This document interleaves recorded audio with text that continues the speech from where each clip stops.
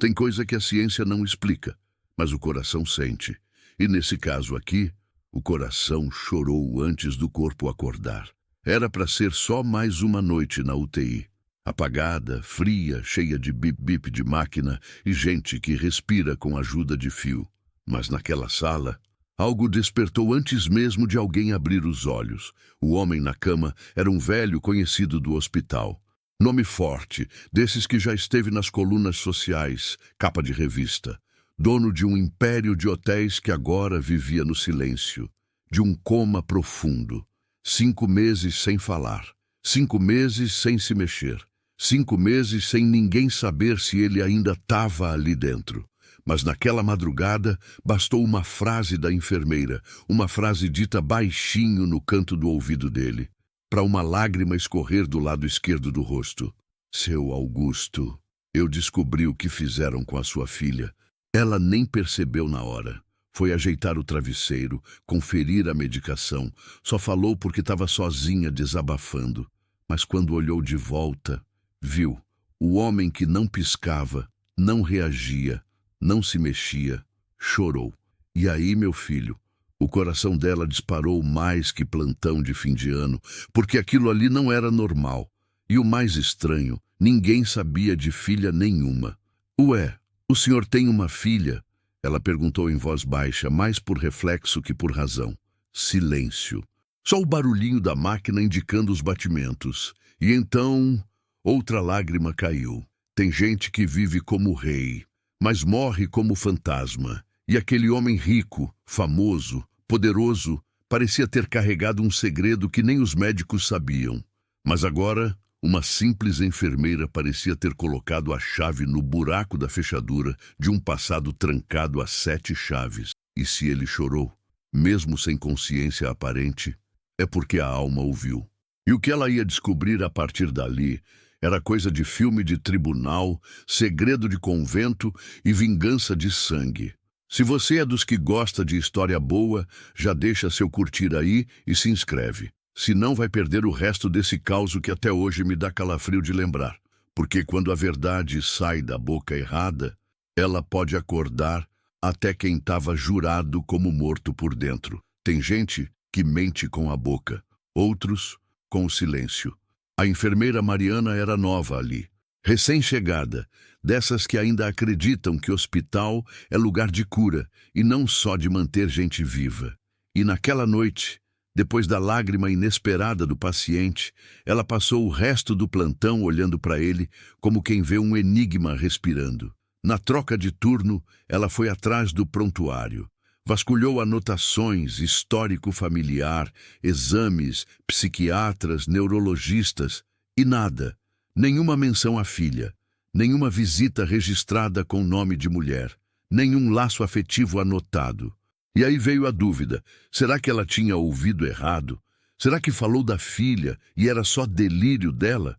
Mas Mariana não era de engolir sentimento, e muito menos lágrima caída de graça. No fim da manhã, com o uniforme já trocado e o crachá guardado, ela voltou ao quarto do paciente, sentou na poltrona do canto, ficou olhando aquele homem grande, imponente, com os cabelos brancos bem penteados, como se o tempo respeitasse a vaidade mesmo em coma. Desculpa ter tocado no assunto. Ela sussurrou. Mas se o senhor tem uma filha, alguém devia saber disso, né? Ele, como sempre, nada respondeu. Mas naquela sala, Mariana jurava que o ar ficou mais denso, como se tivesse alguém ouvindo do outro lado. No dia seguinte, ela tentou puxar assunto com a chefe da ala. Doutora, o senhor Augusto, ele tem família? Tem sim. Um irmão, advogado, é quem responde por ele juridicamente. Um chato, diga-se de passagem. Ah, e filhos? Alguém comentou algo sobre filha? A médica arqueou a sobrancelha, do tipo que já cansou de boatos. Filha? Não, ele nunca casou, nunca teve filhos, pelo menos oficialmente. Por que essa pergunta? Mariana engoliu seco. Curiosidade boba, coisa minha. Mas aquilo não era coisa boba, era faro, intuição. E mulher com intuição aguçada é pior que detetive com tempo livre. Na hora do almoço, ela resolveu passar pela sala de reuniões administrativas. Queria pedir uma ficha antiga que talvez tivesse sido arquivada. Foi aí que, ao cruzar o corredor lateral, viu uma porta de madeira escura entreaberta. Sala da direção. E na parede da sala, um quadro enorme. Era o retrato do Sr. Augusto mais jovem. Terno bege, sorriso discreto, e ao lado dele, uma menina de uns 6 anos. Cabelinho preso com laço vermelho. Vestido de algodão simples. E uma expressão que misturava orgulho e medo. O tipo de olhar que criança tem quando está feliz de estar ali, mas sabe que aquilo não é lugar dela. Mariana travou. Ué, e essa menina? Murmurou. Antes que pudesse tirar uma foto, a porta foi fechada com força por dentro. Essa sala não é autorizada para funcionários, senhora. Era o segurança. Seco, ríspido, quase robótico. Ela agradeceu, pediu desculpas, saiu, mas a imagem da menina ficou na cabeça. Aquilo ali era real, não era coisa da imaginação. O homem que disseram nunca ter tido filhos tinha uma foto com uma menina num quadro pendurado na parede da administração. E aí, minha filha, quando o retrato nega a certidão, é porque a verdade está pedindo socorro em silêncio. Mariana decidiu que ia descobrir quem era aquela menina, nem que para isso ela tivesse que enfrentar o tal irmão advogado, ou mexer no vespeiro de uma família rica que passou a vida escondendo seus fantasmas atrás de fachada e convênio de luxo.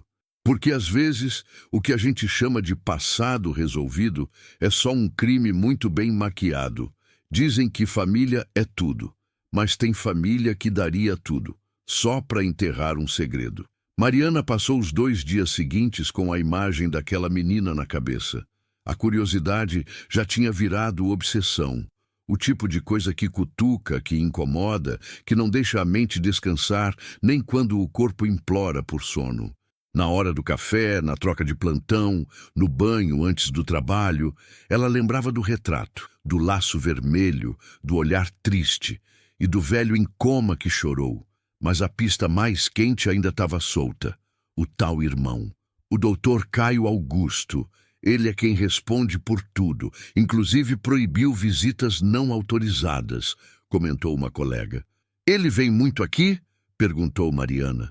De vez em quando, sempre com cara fechada. Nunca fala muito, só assina papéis e vai embora. Foi aí que ela teve a ideia mais ousada desde que pisou naquele hospital. Tentar falar com ele, diretamente.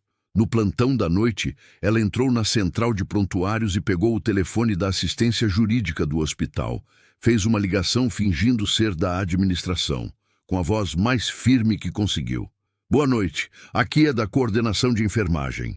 Precisamos confirmar com o Sr. Caio Augusto algumas autorizações. Tem algum e-mail de contato direto? Recebeu um endereço. Formal, frio, mas era um começo. Naquela madrugada ela escreveu: Prezada equipe jurídica, meu nome é Mariana Alves. Sou enfermeira na ala onde se encontra o Sr. Augusto Nogueira. Gostaria de saber se há registros familiares a serem considerados, pois certas informações clínicas sugerem histórico emocional relevante. Aguardo retorno. Ela não esperava a resposta, mas recebeu. E não foi um simples não, foi uma ligação. Alô, enfermeira Mariana, aqui é Caio Augusto. Em que exatamente a senhorita está se baseando para questionar informações pessoais do meu irmão? A voz dele era cortante, precisamente calculada. Do outro lado da linha, Mariana sentiu o frio na espinha. Com todo respeito, doutor, houve uma reação inesperada durante um atendimento e acredito que a senhorita não tenha autorização para sugerir diagnósticos emocionais nem levantar questões familiares, está claro? Silêncio. A última vez que alguém mexeu com o nome da minha família, acabou processado. Boa noite. E desligou. Aquilo deveria ter sido o ponto final. Mas para quem já viu lágrima cair de um olho que não se mexe, ameaça não assusta, só confirma. No dia seguinte, Mariana encontrou uma pasta esquecida na sala dos médicos. Um interno deixara ali, aberta, cheia de exames antigos do Sr. Augusto. e entre as folhas um recibo. Valor: 15.000 reais. Motivo: consultoria psicológica para suporte familiar externo. Assinatura: Dr. Caio Augusto. Ela estranhou. Mas se ele não tem família externa, para quem foi essa consultoria? Levantou o nome da profissional. Psicóloga. Trabalha em outro estado. Ligou. Fingia ser uma sobrinha distante em busca de informações. A psicóloga foi receptiva, mas cuidadosa. Atendi uma moça, sim. Era um caso delicado. A cliente dizia que era filha de um empresário, mas nunca consegui confirmar. O irmão dele foi quem pagou as sessões. Depois de alguns encontros, tudo foi encerrado. Mandaram sumir com os registros. Achei estranho na época. Mariana sentou na escada de emergência e sentiu o peso do mundo nas costas. Aquilo ali era maior do que imaginava. Caio, o irmão, pagava terapia para uma mulher que dizia ser filha do homem em coma. E depois mandou apagar tudo. Duas perguntas ficaram martelando na cabeça dela. Quem era essa mulher? E por que tanto esforço para esconder a existência dela? Porque, às vezes, quem mais defende o silêncio é o que mais teme a verdade. E aquele advogado frio, arrogante, metido a dono de tudo, estava começando a se tremer por dentro. Sabe aquele ditado: quem procura, acha? Pois é. Mas ninguém avisa que o que a gente acha pode ser pior do que aquilo que perdeu. Mariana já não era mais só enfermeira. Virou investigadora, confidente e, sem saber, peça central de uma história que estava dormindo há mais de 20 anos. Ela começou a desconfiar que aquela tal filha, a da foto, a da lágrima, a da psicóloga, realmente existia. E que tinha sido arrancada da história do Sr. Augusto como quem apaga nome de lápide para fingir que o morto nunca existiu. Mas a pergunta seguia: cadê ela? Foi então que o destino, esse velho sacana que adora fazer hora com a nossa cara, resolveu entregar a próxima pista. E como toda pista que presta, ela veio do lugar mais improvável. Na ala dos quartos desativados do hospital, onde ficavam os arquivos físicos antigos, num canto empoeirado e esquecido. Mariana foi levar um relatório. Só isso. Mas ao encostar uma das gavetas para fechar, ela viu um envelope caído entre o armário e a parede, amarelado, fechado com fita adesiva antiga, endereçado à mão, com caligrafia tremida. Para o Sr. Augusto, caso um dia ele acorde.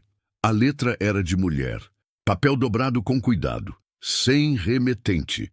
Mariana olhou para os lados. O lugar estava vazio. O silêncio ali era o tipo de silêncio que pesa no peito. Ela não devia, mas abriu. E ali, meu filho, a história começou a descer ladeira abaixo de vez. Pai, sei que talvez nunca leia isso, mas precisava deixar registrado. Sempre soube quem eu era, mesmo quando me diziam que era loucura. Eu sei o que vi, sei o que ouvi.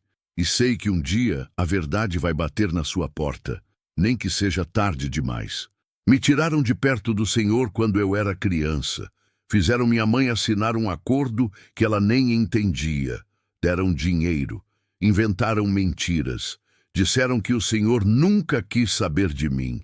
E o pior, por anos eu acreditei. Mas hoje, adulta, entendo que talvez o Senhor nem soubesse. Ou sabia e foi enganado também. Não sei. Só sei que existe uma foto nossa.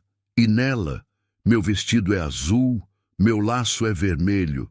Se o Senhor lembrar disso, então eu não sou louca. E tudo isso valeu. Com amor, mesmo sem ter conhecido o seu. Aline. Mariana leu 3 vezes. O coração apertava mais a cada parágrafo.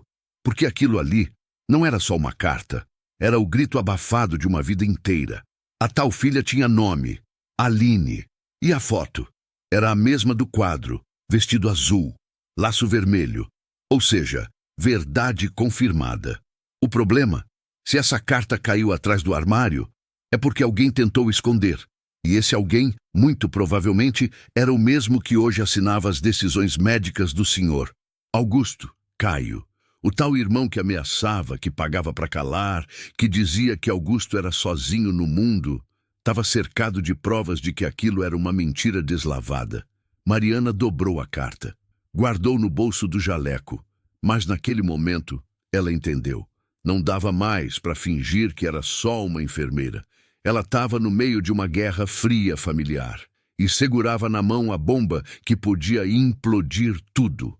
O problema? Bomba, quando explode, não escolhe lado. Quando a verdade começa a sair da jaula, os donos da chave costumam ficar nervosos. Na manhã seguinte, Mariana chegou ao hospital com um peso no bolso e outro no peito. A carta de Aline estava dobrada dentro do jaleco, mas era como se ela estivesse gritando por socorro. Um pedaço de papel que podia virar escândalo, manchete ou motivo para demissão. Ela sabia que qualquer movimento em falso podia custar caro. Mas sabia também que ficar calada custaria ainda mais caro para alguém que já tinha sido calada a vida inteira. E foi com esse dilema na garganta que, por acaso ou coincidência do destino, o nome dela apareceu na chamada interna da administração. Funcionária Mariana Alves comparecer à sala da direção às 11 horas. A voz fria do alto-falante fez o corredor inteiro parar. Enfermeiras trocaram olhares. A faxineira comentou. Vixe, chamou pelo nome completo. Lá vem bronca. Mariana respirou fundo. Foi. Na sala estavam 3 pessoas. O diretor-geral do hospital, a supervisora de enfermagem e ele, Caio Augusto. Terno preto, gravata cinza, relógio caro, olhar de quem já condena antes mesmo de ouvir. Sente-se, por favor, disse o diretor. Ela sentou. Recebemos informações de que a senhorita tem feito perguntas inapropriadas a respeito de assuntos pessoais do paciente Augusto Nogueira, começou a supervisora, e de que acessou áreas não autorizadas e manipulou documentos antigos sem autorização expressa, completou Caio, cruzando as pernas devagar, como quem goza do próprio poder. Mariana respirou fundo. Eu sou enfermeira. Cuido de gente, e quando vejo uma reação emocional de um paciente considerado em coma profundo, eu não fico calada. Eu observo, eu investigo, porque talvez, só talvez, ele esteja pedindo ajuda. Com todo respeito, senhorita, interrompeu Caio, meu irmão está sob cuidados médicos há meses, coma neurológico confirmado. Não há possibilidade de reações voluntárias. Qualquer coisa além disso é fantasia. Então explique a lágrima, rebateu Mariana firme. Explique a carta escondida. Explique a foto com a menina de vestido azul e laço vermelho. Silêncio. O diretor tossiu. A supervisora se remexeu na cadeira. Caio a encarou. Frio. A senhorita está ultrapassando todos os limites éticos. Não é seu papel investigar histórias familiares, nem reabrir feridas enterradas. Está dispensada por tempo indeterminado. Retire-se. A sala ficou muda. Mariana levantou. Não disse mais nada. Mas antes de sair, encarou o diretor. Se um dia a justiça perguntar por que essa história ficou enterrada, saibam que fui a primeira a cavar. E saiu. No corredor, o silêncio parecia mais pesado que dentro da sala. As colegas não sabiam o que dizer. Um enfermeiro chegou perto. Foi verdade mesmo, Mari? Essa história da filha? Ela respondeu com os olhos molhados. Tem gente que passa a vida tentando ser ouvida, e quando finalmente encontra alguém que escuta, é demitida. Antes de ir embora, ela passou mais uma vez no quarto do Sr. Augusto, sozinha, sem autorização, sem pressa. Encostou no leito, pegou a mão dele e sussurrou. Eu não sei por que te arrancaram sua filha, mas eu vi o que vi. E agora, alguém vai ter que responder.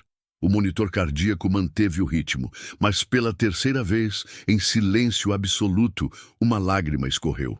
A última coisa que Mariana ouviu, antes de sair do hospital, foi o som seco da porta fechando atrás dela.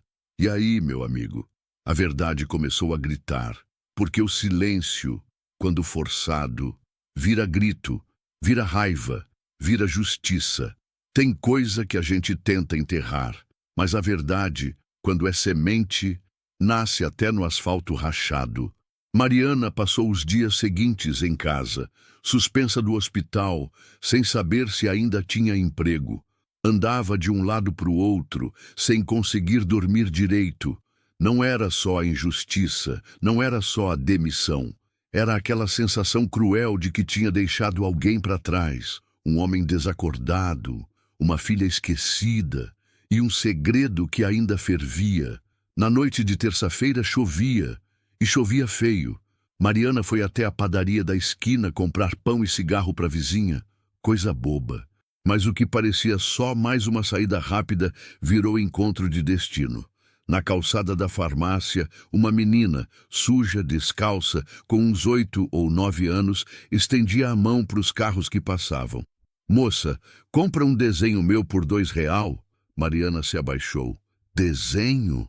"É, eu faço retrato de gente." Ela tirou de dentro do saco um papel molhado, mas ainda visível. Era o desenho de um homem deitado numa cama, cheio de fios, e uma mulher segurando a mão dele. No canto da folha, uma lágrima caía do rosto do homem. "Ué, que isso?" "É o que eu vi ontem. Vi da janela, num lugar grande, cheio de cheiro de remédio." A mulher chorava, o homem também, mesmo dormindo. Mariana sentiu um choque. Que lugar era esse, menina? Um tal de hospital. A moça que entrou lá saiu chorando, estava com um jaleco branco, igual o seu. Ela travou. "Você viu isso mesmo?" "Juro! Eu desenho o que vejo. Quer ver outro?" A menina tirou outro papel. Esse, mais rabiscado, era um retrato de uma mulher adulta. Cabelo escuro, vestido simples, com um olhar assustado. "Quem é essa aqui?" A menina hesitou. "Ela vem às vezes. Fica parada lá fora do hospital. Fala com ninguém, só olha para o portão. Outro dia deixou uma flor no chão." Mariana pegou o papel com cuidado. O coração batia no peito como se quisesse escapar. "Você sabe onde ela mora?" "Ela fica num lugar de barraco, atrás da linha do trem." "Eu posso te levar." Chovia ainda mais forte agora, mas Mariana nem pensou. Deu a mão para a menina. Foram andando debaixo da tempestade, pelas ruas escuras da periferia. E foi lá, numa viela encharcada, entre latas, lonas e cheiro de esgoto, que ela viu a mulher do desenho, sentada na porta de um barraco, cabelo preso, rosto marcado pelo tempo, e nos olhos, a mesma dor que ela leu na carta. Mariana se aproximou devagar. "Com licença, você é Aline?" A mulher se virou, assustada, desconfiada. Quem está perguntando?" "Eu sou enfermeira. Cuidei do seu pai. Eu li a sua carta." Silêncio. Aline ficou pálida. "Eu nunca mandei a carta. Deixei escondida no hospital. Achei que nunca iam encontrar. Eu encontrei." E ele chorou. Chorou, Aline, quando ouviu seu nome. A mulher se desequilibrou. Sentou de novo. Tapou o rosto com as mãos. E chorou também. "Eles tiraram tudo de mim. Diziam que eu era uma vergonha, que eu era bastarda, que ele nunca ia me reconhecer. Você quer vê-lo?"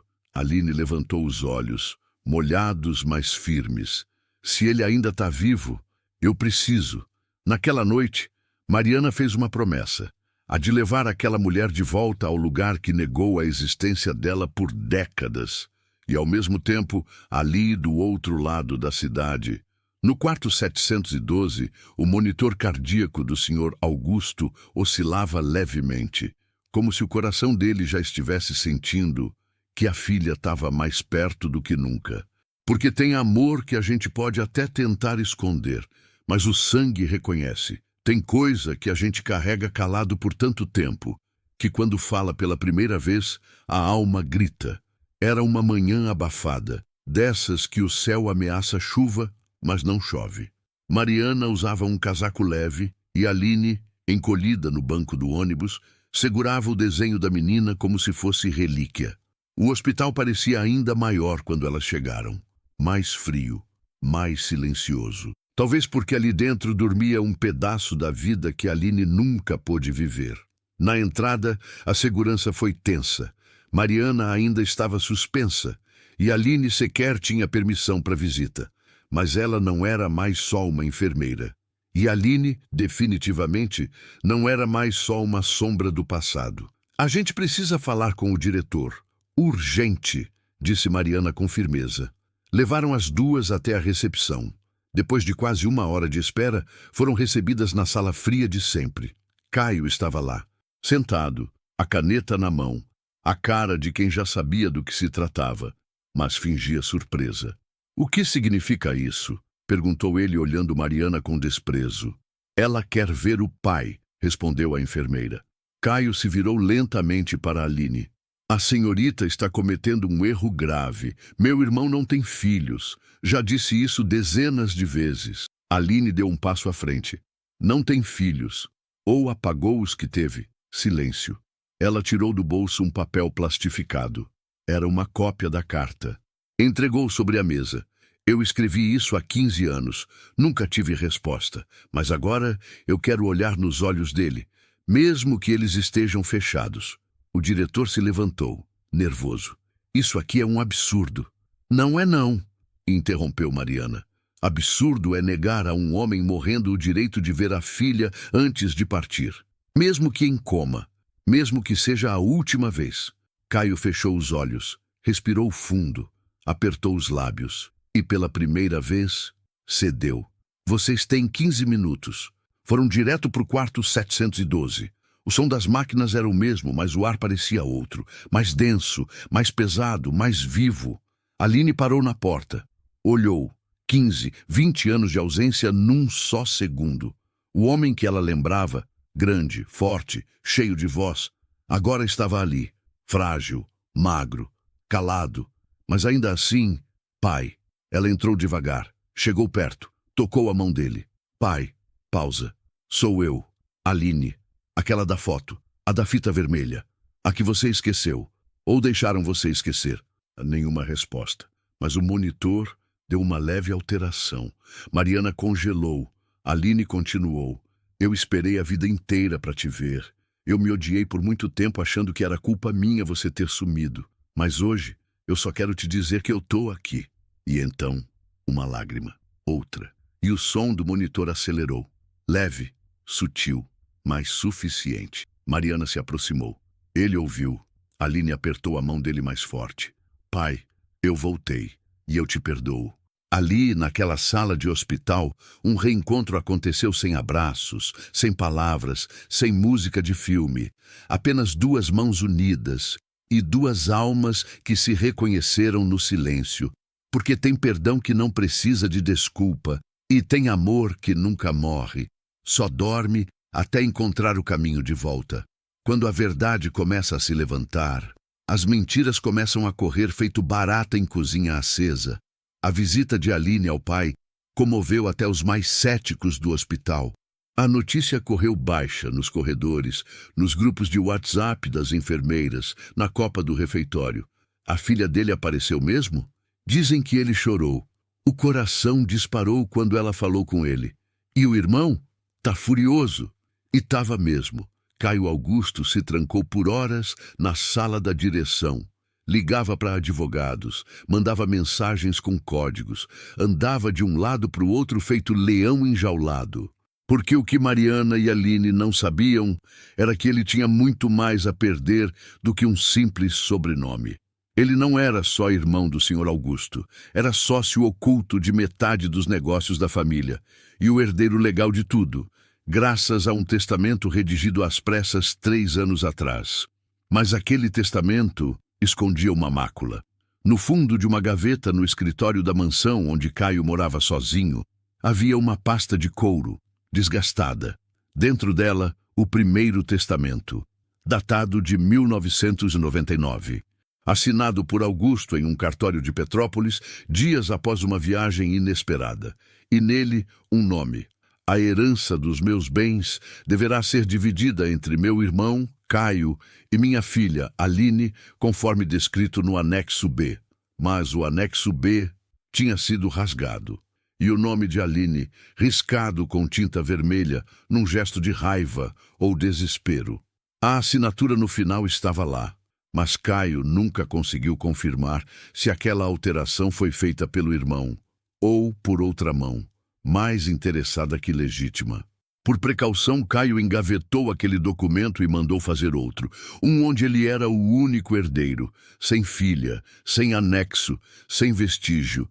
Mas agora, com Aline aparecendo e a comoção do hospital crescendo, aquele testamento antigo podia voltar como um fantasma com a escritura na mão. Ele precisava agir. Rápido. Mandou queimar o papel? Não. Ainda não. Homem frio como Caio sabia. Queimar era admitir culpa, e ele ainda achava que podia controlar a narrativa. Do outro lado da cidade, Mariana e Aline conversavam num café pequeno, perto da linha do metrô. "Você lembra de alguma coisa do passado?"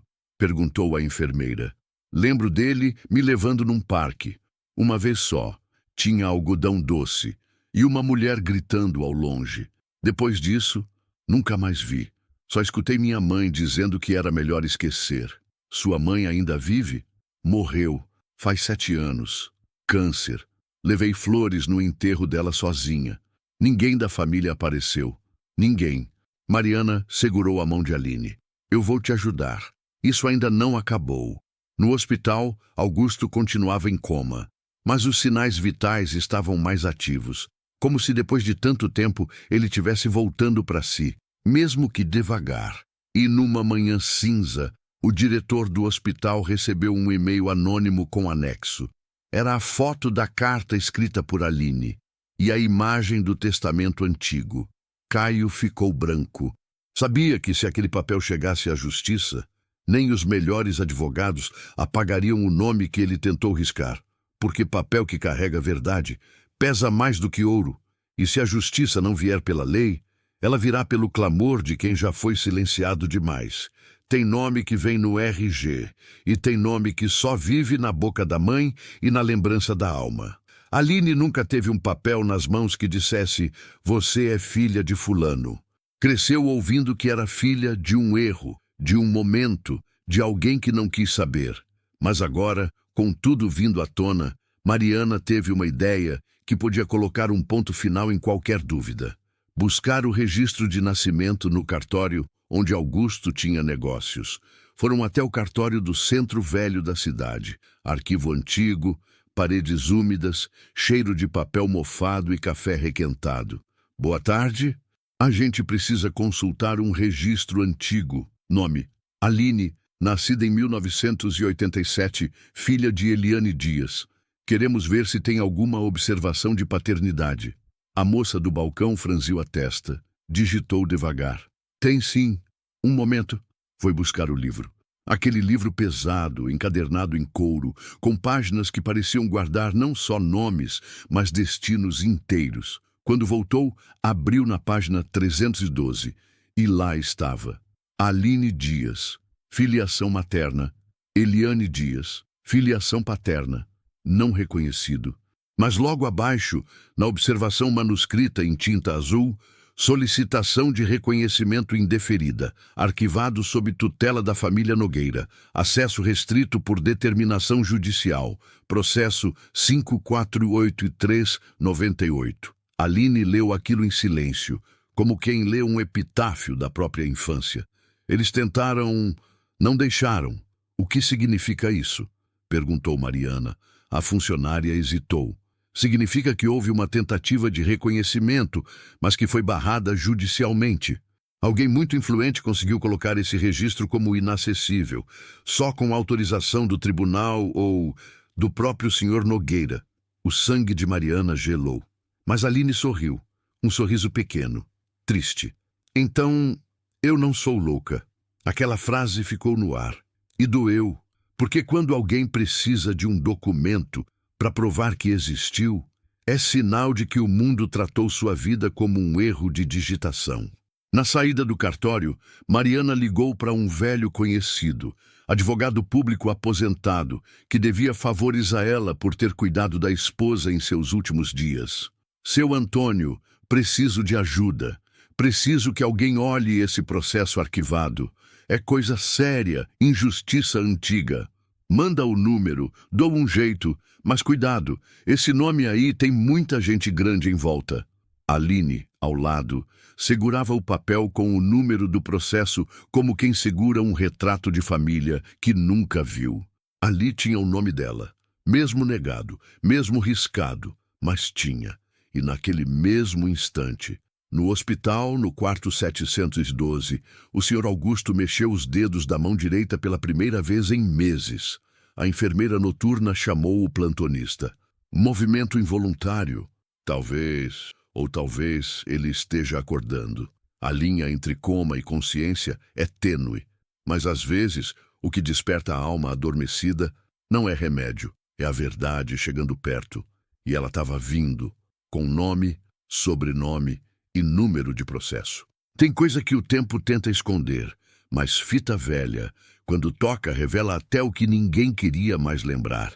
Seu Antônio, o advogado aposentado, ligou no fim da tarde. Achei o processo. Tá todo truncado, cheio de folha faltando, mas tem uma peça que vocês precisam ver com os próprios olhos. Mariana e Aline foram até a casa dele, um sobradinho antigo no bairro do Brás, entupido de livros, pastas e cheiro de jornal velho. Seu Antônio era do tipo que sabia mais do que dizia, e quando falava, o silêncio ouvia.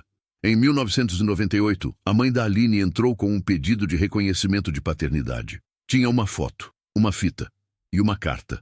A foto sumiu, a carta sumiu, mas a fita, alguém esqueceu de apagar. Ele tirou de uma caixa de sapato uma fita VHS com a etiqueta escrita à mão. Jardim Aurora, Dia dos Pais, 1996. Esse Jardim Aurora era um orfanato temporário. Aline ficou lá por uns meses, quando a mãe adoeceu. E nesse vídeo, bom, melhor vocês verem. Ligaram o aparelho, tela tremida, cores lavadas, som estourado. Era uma apresentação de crianças, música ao fundo, pais sentados em cadeiras de plástico, crianças dançando com cartazes coloridos. Pai, te amo! A câmera se mexia, até parar em uma menina com fita vermelha no cabelo. Aline. No canto da imagem, um homem de terno bege entrava na sala. Olhou em volta, meio perdido. As crianças gritavam, papai! Aline correu até ele, agarrou a perna, sorriu. Ele se abaixou, abraçou, olhou para a câmera e sorriu sem graça. Era Augusto. Mariana gelou. É ele. Aline ficou muda, a mão na boca. Na tela, Augusto dizia algo inaudível. Depois segurava a menina no colo, dava um beijo no rosto. Ela ria, corte abrupto. A imagem sumia. Seu Antônio pausou a fita. Isso nunca foi entregue ao tribunal, mas foi mencionado nos autos, como material não admitido por falta de confirmação de autenticidade. Mariana explodiu.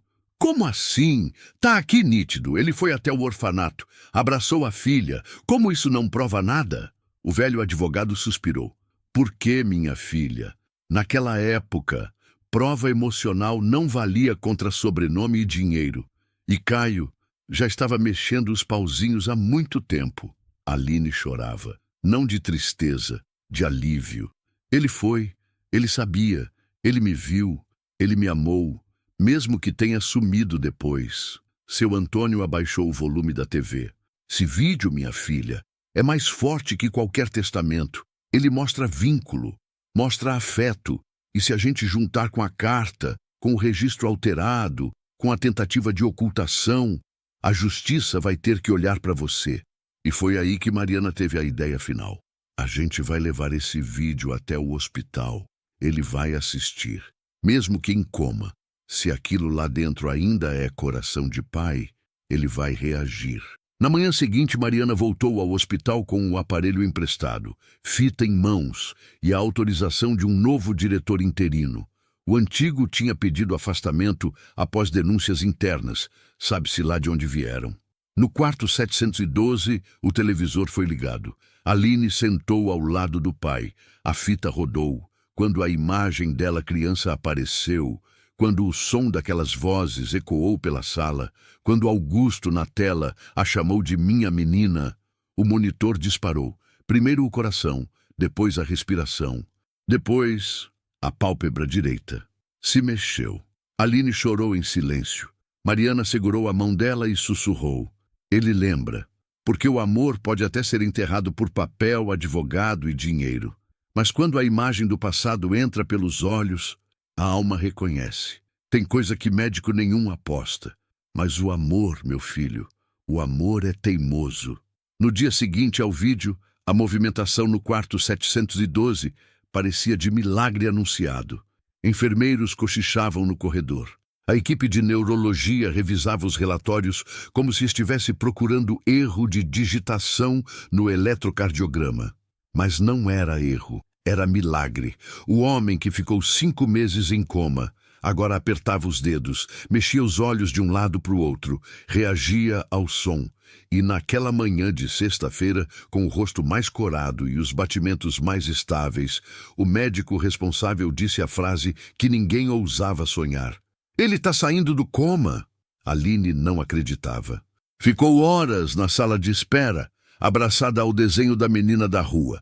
Mariana, que já nem se preocupava mais com o crachá, entrou direto, firme, decidida, porque depois do que viu, ela já não precisava de autorização de ninguém para continuar ali.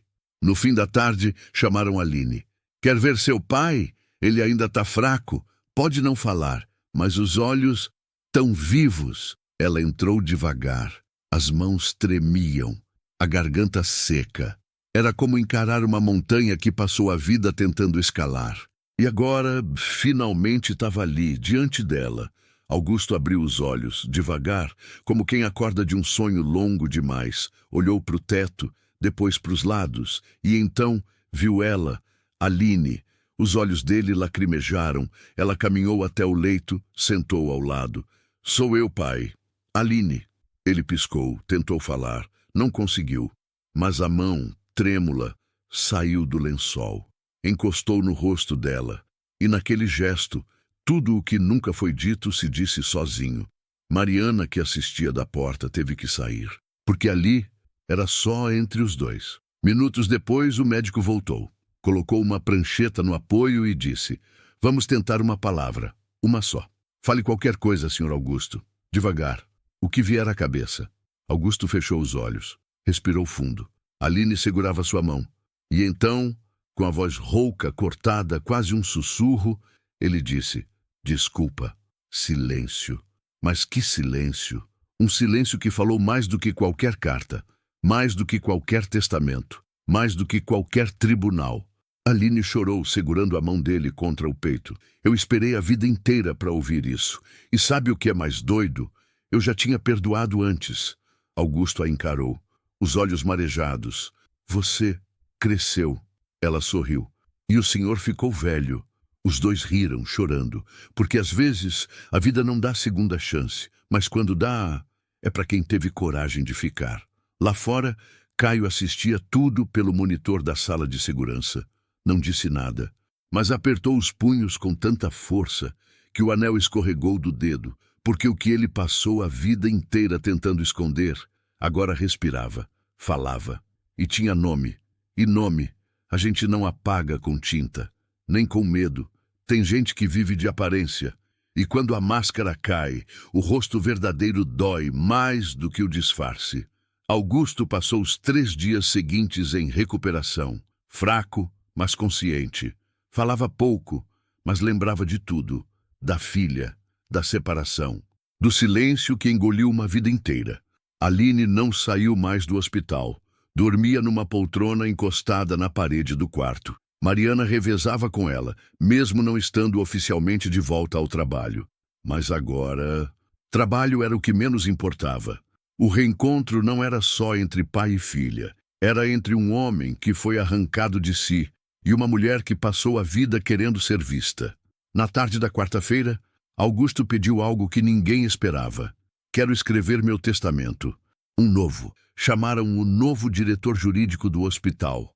Um rapaz mais humano que já tinha ouvido os cochichos do caso. O senhor está ciente das condições? Perguntou. Tô, mais do que nunca. Quero fazer enquanto ainda tenho forças e quero que seja lido na frente do meu irmão.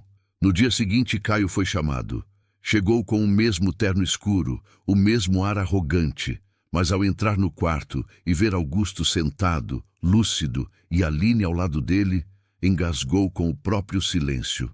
Você me enganou, disse Augusto sem gritar. Baixo, firme, cortante. Eu fiz o que era melhor para você, para nossa imagem. Aquela menina é minha filha.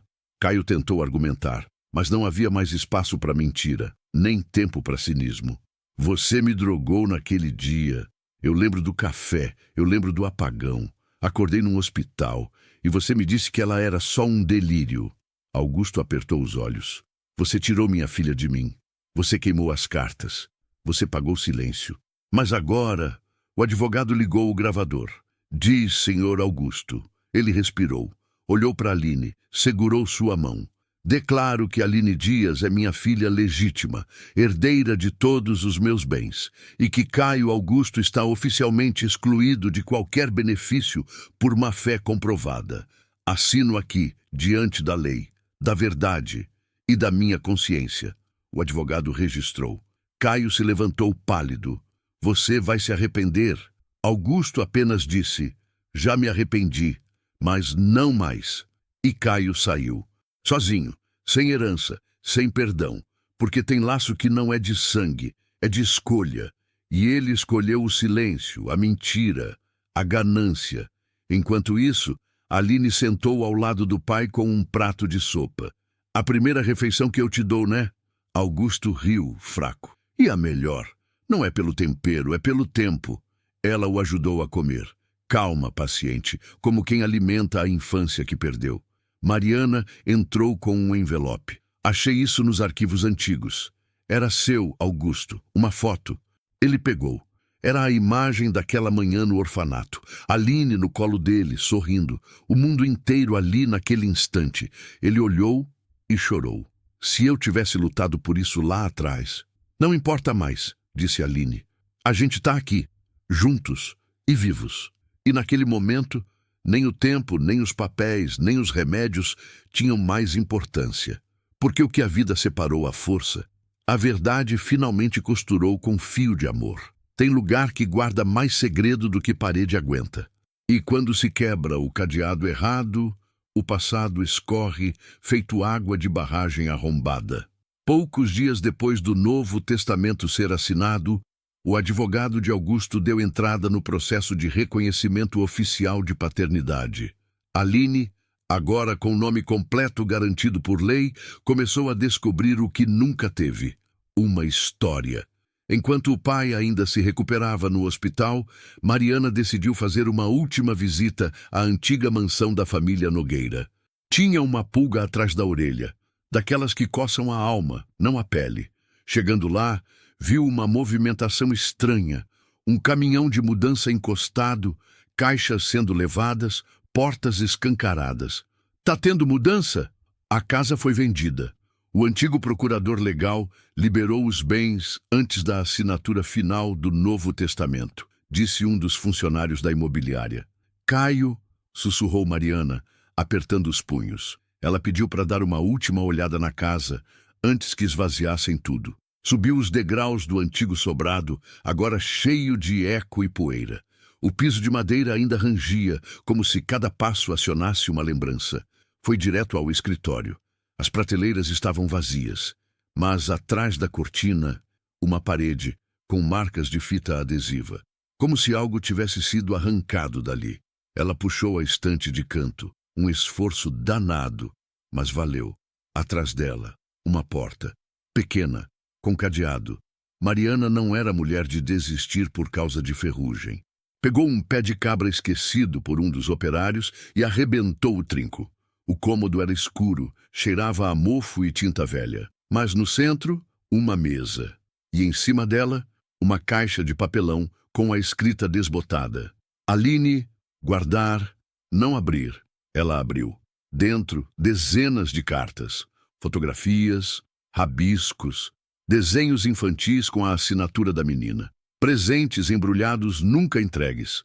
Uma boneca de pano, um sapatinho azul. E por fim, um gravador de fita cassete, com uma fita.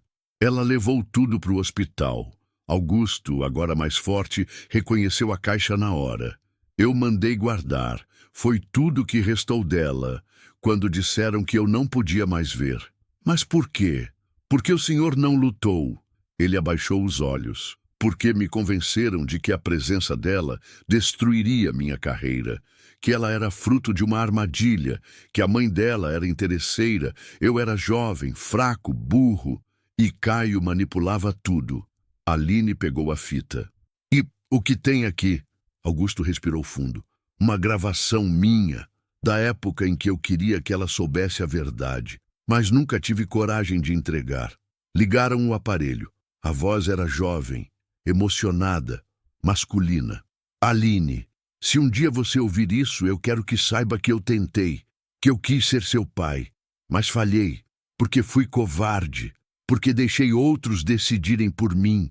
Mas eu te vi, eu te abracei, e por aquele instante, você foi o amor mais puro que eu já senti. Não importa o que digam de mim, você é minha filha, e sempre foi. Silêncio. Aline encostou a cabeça no ombro do pai. Já não importa mais. Eu ouvi. Ali, naquele hospital, o quarto do Augusto virou lar. A caixa virou altar.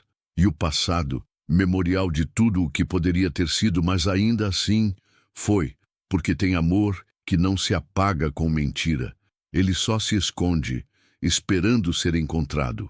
Tem gente que nasce sem herança, mas quando descobre seu valor, vira legado. Poucos meses se passaram. O hospital agora tinha outra rotina, outra energia.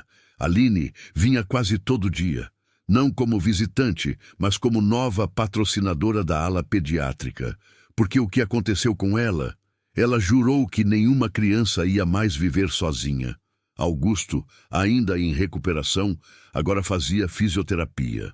Com dificuldade para andar, mas firme. Tinha dias bons, dias difíceis e dias em que só queria silêncio. Mas em todos eles, a presença da filha era remédio. E então, numa manhã clara de outubro, Aline chegou com uma proposta. Pai, eu pensei numa coisa. Quero usar parte do dinheiro da herança para criar uma fundação. Augusto arqueou as sobrancelhas. Fazer o que exatamente? Acolher meninas que cresceram como eu, sem pai, sem referência, sem carinho, criar um espaço onde elas se sintam vistas, ouvidas, onde ninguém apague o nome delas dos registros. O velho sorriu, daquele jeito meio torto, mas cheio de verdade. É o que você sempre mereceu. E agora vai dar para outras. E assim nasceu a Fundação Laço Vermelho, nome escolhido por causa daquela fita que Aline usava na infância, a mesma da foto, do vídeo, do primeiro abraço. A inauguração foi simples. Um salão alugado no subúrbio, balões vermelhos, crianças correndo, voluntários sorrindo. Mariana estava lá, claro, de jaleco, mas agora como conselheira da instituição. E Caio sumiu. A última notícia dava conta de que ele tinha fugido do país. Com dívidas, sem prestígio, porque o que ele mais temia aconteceu. A verdade venceu. Na cerimônia de abertura, Aline fez um discurso, sem papel, sem teleprompter. Durante anos eu fui chamada de bastarda, erro, fantasma. Durante anos me ensinaram a não dizer meu nome em voz alta. Mas hoje eu sou Aline Nogueira, filha, mulher e ponte entre o que fui e o que quero que outras meninas possam ser. As palmas ecoaram. Augusto, sentado na primeira fileira, segurava um lenço. Chorava, não de culpa, dessa vez de orgulho. Depois da fala, uma menina da plateia, magrinha, cabelo preso, de olhos atentos, se aproximou de Aline. Moça, eu posso usar laço vermelho também? Aline se abaixou, pegou um laço da caixa de brindes e colocou no cabelo da menina. Pode, agora ele é seu também. Augusto sorriu e Mariana do canto sussurrou. Viu só? Você achou sua família. E agora está construindo uma inteira, porque tem herança que não é feita de dinheiro, é feita de recomeço. E ali, naquele galpão simples de bairro, nascia algo maior que um império de hotéis, um nome limpo, uma história contada e uma filha que venceu o silêncio. Tem gente que nasce invisível, mas não nasceu para viver apagada. O sol batia de leve na varanda da casa que Augusto agora morava, uma casinha térrea, simples, rodeada de plantas e com vista para a rua calma. Longe do luxo, longe da imprensa, longe do nome estampado em outdoor. Mas ali, naquela cadeira de balanço, ele era mais ele do que jamais tinha sido. Aline trazia café toda manhã, 2 xícaras, uma com açúcar, outra sem. Igualzinho minha mãe tomava, dizia ela. Augusto ria com os olhos. Ela era boa, né? Perguntou ele uma vez. Era. Só queria ter ouvido o senhor dizer isso em voz alta antes. Ele abaixou o rosto. Desculpa de novo. Pai, agora a gente já está vivendo o depois. Foi nessa varanda que aconteceu a cena mais bonita de toda a história. Sem plateia, sem vídeo, sem testemunha, só os dois, o sol e o cheiro de café passado na hora.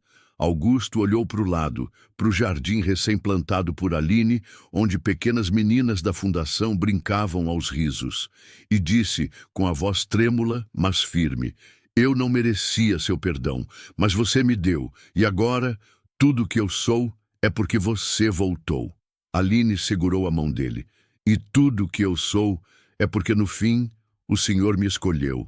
O tempo parou ali, não por mágica, mas por justiça, porque o que tinha sido arrancado com mentira agora renascia com verdade. Augusto não viveu muito mais depois disso. 6 meses.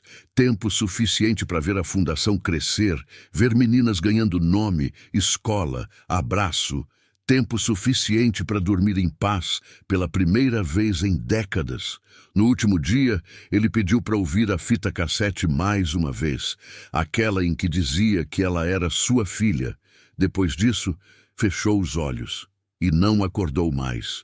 O enterro foi simples, mas repleto. Não de coroas de flores caras, mas de crianças com laços vermelhos nos cabelos. Aline leu uma carta na beira do túmulo. Pai, você me perdeu uma vez, mas me achou de novo, e isso vale por todas as vidas. O seu nome, que tentaram apagar do meu, agora vive em cada menina que você ajudou a salvar. Eu sou sua filha, sempre fui. Mas agora, o mundo inteiro sabe. O silêncio do cemitério parecia aplaudir. Mariana estava ao lado, enxugando os olhos. E foi ela quem disse enquanto Aline olhava para o céu: tem gente que nasce invisível, mas não nasceu para viver apagada. E aí, o que você achou desse caos, hein? Comenta aqui embaixo, deixa seu curtir para fortalecer o canal e se inscreve para não perder mais história boa como essa. Até a próxima. Do seu vovô Rico.